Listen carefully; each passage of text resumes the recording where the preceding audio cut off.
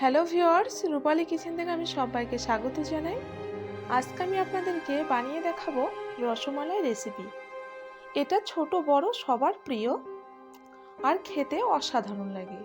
আর এটা খুব কম সময়ে ঝটপট বানিয়ে নেওয়া যায়। চলুন তাহলে রেসিপিটি শুরু করা যাক।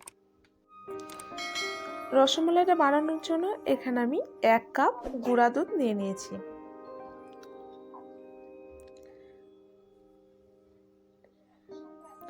এখানে আমি দিয়ে দিচ্ছি 1 চামচ ময়দা আর দিয়ে দেব হাফ চামচ বেকিং পাউডার। একদমই অল্প বেকিং পাউডারটা ইউজ করতে হবে।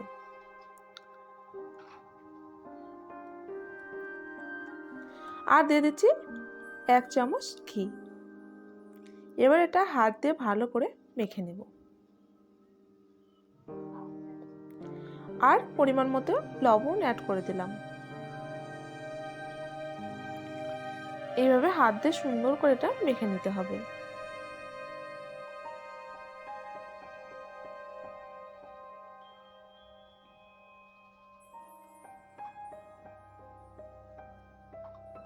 এখানে আমি নর্মাল দুধ নিয়ে নিয়েছি। এবার অল্প অল্প করে এটা ঢালতে থাকবো আর মাখতে থাকতে হবে। একবারে দুধটা ঢাললে হবে না, তাহলে এটা পাতলা হয়ে যেতে পারে। এর জন্য অল্প অল্প দুধ ঢালতে হবে আর এইভাবে মেখে নিতে হবে।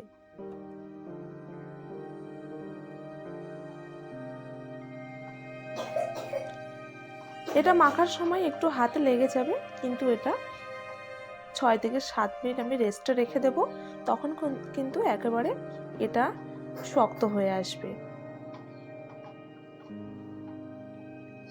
7 মিনিট হয়ে গেছে, দেখতেই পাচ্ছেন এটা কিন্তু খুবই শক্ত হয়ে গেছে।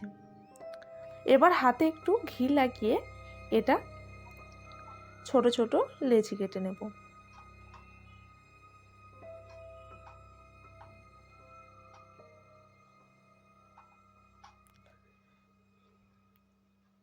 আপনারা চাইলে এটা লম্বা করে শেপ দিয়েও বানিয়ে নিতে পারেন,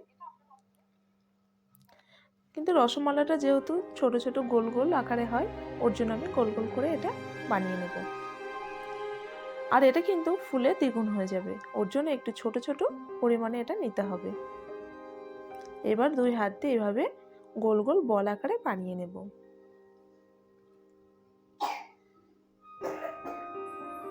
দেখতে পাচ্ছেন কেমন করে বানিয়ে নিয়েছি।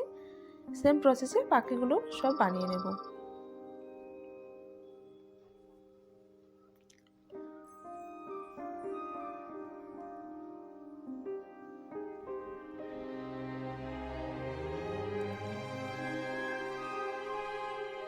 সবগুলো বানিয়ে নেওয়া হয়ে গেছে।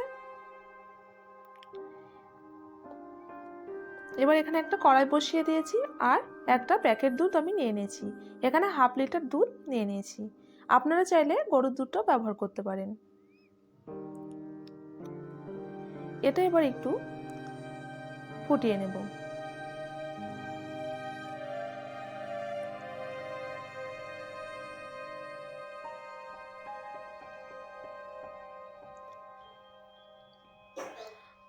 দিয়ে দিচ্ছি পরিমাণ মতো চিনি।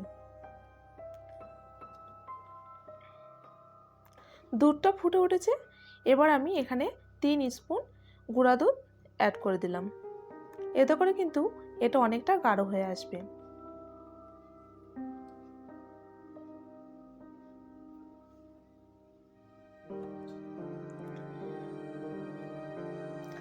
আর এখানে ফ্লেভারের জন্য 1 স্পুন এলাচি পাউডার অ্যাড করে দিলাম। আর কালারটা একটু সুন্দর আসার জন্য এখানে হাফ স্পুন হলদি পাউডার অ্যাড করে দিলাম। দেখতে পাচ্ছেন কালারটা কিন্তু খুবই সুন্দর এসেছে। আর হলুদের যে গন্ধটা সেটা কিন্তু একদম থাকবে না। এবার আমি যেগুলো বানিয়ে রেখে দিয়েছিলাম, এবার এক এক পিস করে এর ভিতর দিয়ে দেব।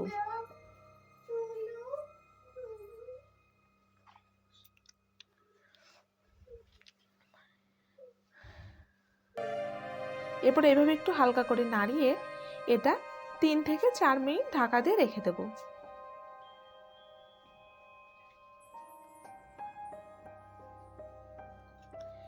4 মিনিট হয়ে গেছে, ঢাকাটা খুলে দেখে নিচ্ছি। দেখতেই পাচ্ছেন এটা কিন্তু অনেকটা ফুলে বড় হয়ে গেছে।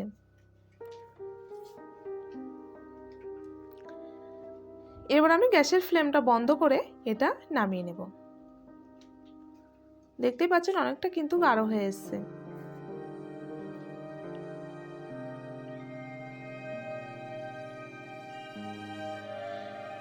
দেখতে পাচ্ছেন কালারটা কিন্তু খুবই সুন্দর এসছে, আর এগুলো কিন্তু অনেকটা পরিমাণে ফুলে গেছে। আপনারা কিন্তু অবশ্যই ঘরে এটা ট্রাই করে দেখবেন, খেতে অসাধারণ লাগে। আর আমার চ্যানেলটি না সাবস্ক্রাইব করা থাকলে সাবস্ক্রাইব করার অনুরোধ রইল। আজকের মতো তাহলে বিদায় নিচ্ছি, দেখা হবে নতুন একটি রেসিপি নিয়ে।